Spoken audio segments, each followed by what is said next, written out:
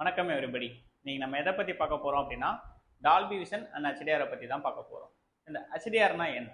HDR high dynamic ரேஞ்சுன்னு சொல்லுவாங்க. இந்த ஹெச்டிஆரில் பார்த்தீங்க அப்படின்னா 8 பிட் கலர் டெப்த் கிடைக்கும்.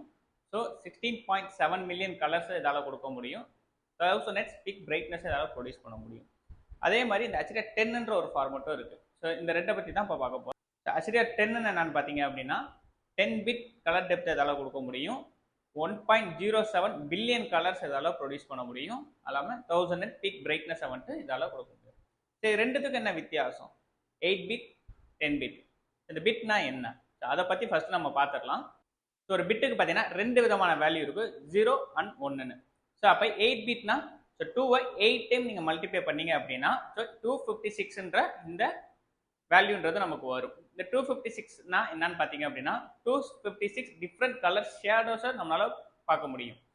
ஸோ பேஸ் கலர்னு எடுத்துட்டோம் அப்படின்னா red, green and blue. So இந்த மூணு கலர்லையும் பார்த்தீங்கன்னா 256 கலர் டிஃப்ரெண்ட் ஷேடோஸ்ன்றது இருக்குது.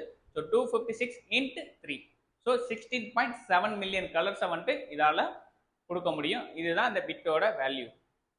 ஸோ அதுவே ஹெச்டிஆர் 10ன்னு எடுத்துட்டோம்னா 10 பிட். அப்போ 1.07 பில்லியன் கலர்ஸை நம்ம பார்க்க முடியும் இந்த ஹெச்டிஆர் 10 மூலியமா.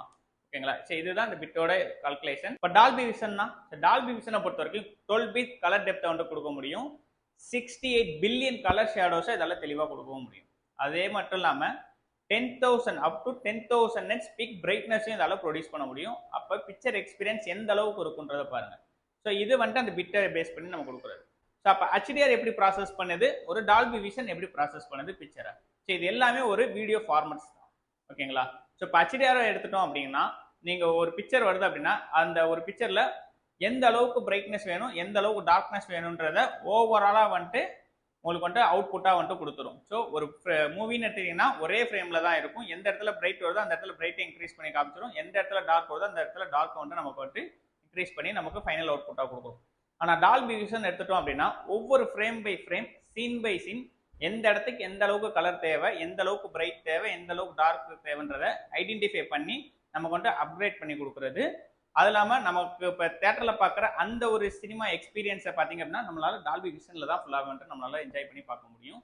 ஸோ இதுதான் இந்த மூணுத்துக்கு உள்ள வித்தியாசம். இப்போ இந்த டால்பி விஷன் ஹெச்டிஆரை பற்றி கம்பேர் பண்ண ஒரு சின்ன ஷார்ட் சாம்பிள் வீடியோ போடுறேன், பாருங்கள். நம்ம ரெண்டு மாடல் எடுத்துருக்கோம். ஒன்று மாடலில் டால்பி விஷன் சப்போர்ட் இருக்கும், ஒரு மாடல் ஹெச்டிஆர் சப்போர்ட்டோட இருக்குது. ஸோ இது ரெண்டோட பிக்சர் வித்தியாசத்தை நீங்களே பாருங்களேன். இந்த இடத்துல பார்த்தீங்கன்னா அந்த கலர் பேட்டர்ன் சேஞ்ச் ஆகிறத நீங்களே ஃபீல் பண்ணலாம். ஸோ இப்போ HDR 10 and Dolby vision. So இதை பற்றி நம்ம இப்போ பார்த்துருக்கோம். இதில் வேறு ஏதாவது உங்களுக்கு சந்தேகங்கள் எதாவது இருந்தாலுமே கமெண்ட்டில் சொல்லுங்கள், நாங்கள் உங்களுக்கு கிளாரிட்டி கொடுக்குறோம். நன்றி.